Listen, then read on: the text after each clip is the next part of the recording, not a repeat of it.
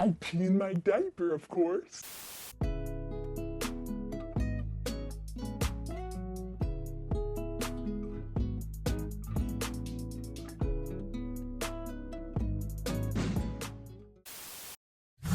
Hello everybody, this is SeetherCord here, and welcome to the next installment of Furry Review / Analysis. For today's episode, we are going to be reviewing I Spent a Day with Furries Face Reveal by Anthony Padilla.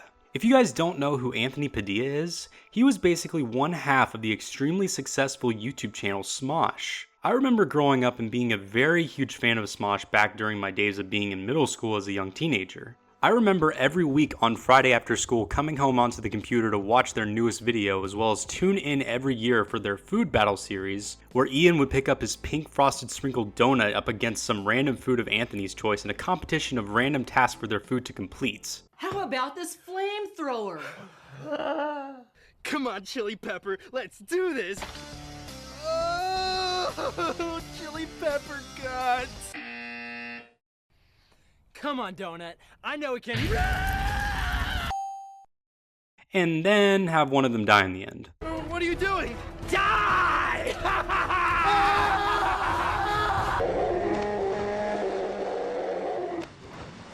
As the years went by, I started to grow out of Smosh videos once I got to high school and moved on to new content. This was mostly due to the fact that Smosh tends to have a more early teenager demographic that they mostly strive for, which is fine, but just know that does tend to cause most of their fans to eventually grow out of it, my case being an example. Anyways, around 1 to 2 years ago, Anthony decided to leave Smosh and pursue his career on YouTube independently. And in my personal opinion, I'm having a lot more enjoyment with Anthony's independent content than I do with Smosh's content currently, that is run by Ian and about 10 or so other people I've never seen or heard of before. To get into the type of content that Anthony produces, he likes to make a lot of humor-ridden vlog-like content that tends to involve a lot of collaborating, because he does collaborate with a lot of other YouTubers, as well as bring other people in for his I Spent a Day with Blank series, where he interviews multiple people from different groups / communities / subcultures / belief systems, and asks them questions with a comedic spin onto them. And just recently, Anthony has made a video about furries. So with all of that now being explained, let's just get right on into the video now, shall we?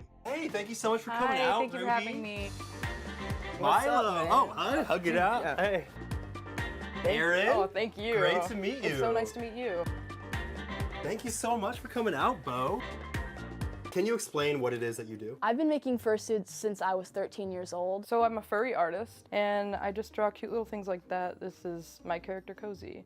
The first thing that I wanted to point out about this video is that he's brought in 4 legitimate furries to interview, with each of them providing a unique and interesting style and role within the furry community. I'll give props to Anthony for not only bringing in legitimate sources, but also providing variety for his sources as well. Mostly just run around in an animal costume getting drunk. And getting drunk's part of it? Oh yeah, totally. The next thing that I want to point out is the fact that one of the furries brings out a sense of realism to the furry community when they bring up the alcohol involved with furries when it comes to partying at conventions and meetups. Alcohol has never really been a topic that has been touched on within the fandom, so I'll give it that for giving a new issue to tackle on for when discussing furries. You had the time to do it, so you came here and now I gotta go. Oh, you gotta go?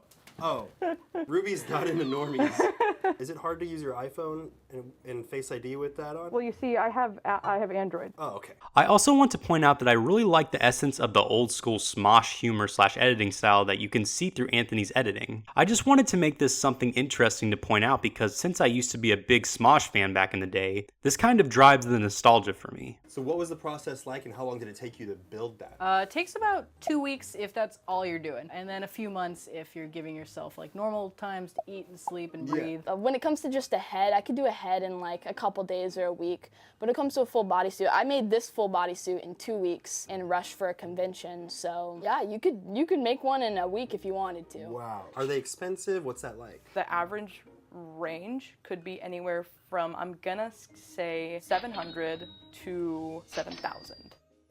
I really wanted this made by somebody else and they said 4,000, which is totally worth it. I really like how this video touches on the topics of fursuit making and pricing for fursuits because I feel that the interviewed furries are really accurate and knowledgeable when it comes to the fact of the short amount of time it actually takes to make most fursuits and also the extremely high pricing for said fursuits. Great job from the interviewed furries for hitting it on spot right there. Why did you initially become a furry? When I was like 12 years old, I saw some video on YouTube of like a group of furries dancing together in a giant group choreograph. And I saw that and I was like, Dad, I want a freaking fursuit. Buy me a fursuit. I used to draw my dog growing up. There was one day where I was like, I want to improve this skill. So I looked up like how to draw dogs on Google. And he said, no, make one. And that's how I started my business. My dad literally just told me to make one. Through that, I found tutorials of how to draw all these cartoon characters, and seeing that, and then getting led to a furry website, and I looked at it and was like, this is the stuff I like to draw. Cool. Another really cool thing about this video is the origin story of these furries joining the fandom. It's cool to hear them explain their own unique stories of how they found the home within the fandom, and also as a side note, I think it's awesome that Anthony added in the fursuit maker's actual website as well as Furfinity for the explanation. Good on Anthony or whoever edited this video, which I assume that it was Anthony who edited the video. I really don't know. Were you wearing like a full-on NASA diaper? What? Oh my gosh, no. What happens when you're wearing your full fursuit and you gotta go number 1, or like number 2, or like number 3? Get ready. This is so weird, Yeah, all right? yeah. I take it off, Right? and then I go. I pee in my diaper, of course. That is such a stupid question. You hear that? You're dumb. Friggin' normie, you're dumb. I really like the variety of questions that he asked the furries he's interviewing. It's neat how he has a really good balance between interesting, thought-provoking questions that can encourage the normal viewers of this video, while also having some simple humor-filled questions that still give the video an average chill vibe. Well, I took an online quiz. They said that my fursona is a little different. I bought the nearest thing I could find to what I saw. I brought that with me now, and I'll go get into that, my fursuit right now. Okay. Hello. Hey, what's up? I slayed the sloth. Your mouth. What? You don't like it? This was $50. Dude, that's a bargain. I just have to say, Anthony's sloth fursuit for best fursuit of 2019, hands down. I know that we're only 2 months into this year, but I'm already sure of my vote. Hands down, it will win, for sure. Furries really aren't too different from the rest of us. They're creative people who enjoy taking on new personas in order to express themselves. And they found entire communities of people who accept them. Who are we to judge someone who's just living their best self? If anything, we should respect furries for being able to confidently express themselves despite such strong negative opinions from the general public. And isn't that confidence something we should all strive for? I feel like the ending for this video was very thoughtful because of Anthony's last words about the furry fandom being very thoughtful and understanding. It really shows through this series of videos how caring and understanding of a person he is when it comes to these weird and abnormal subcultures he covers on his channel. So overall, I thought that Anthony's video was an overall great video.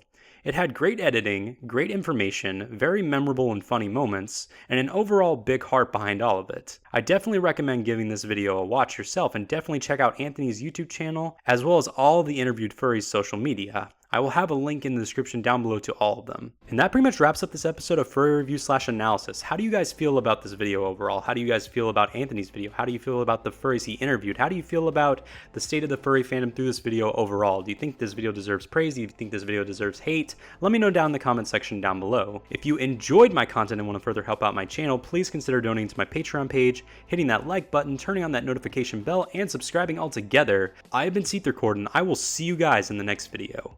Goodbye, everyone.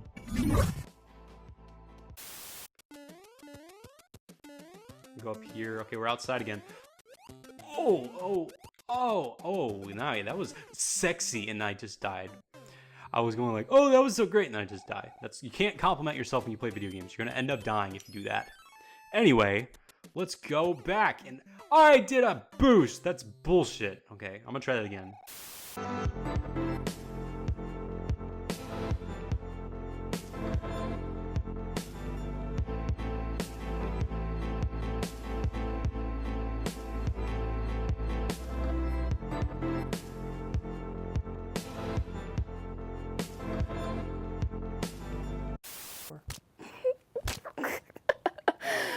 You, Anthony. You don't make Smosh videos anymore.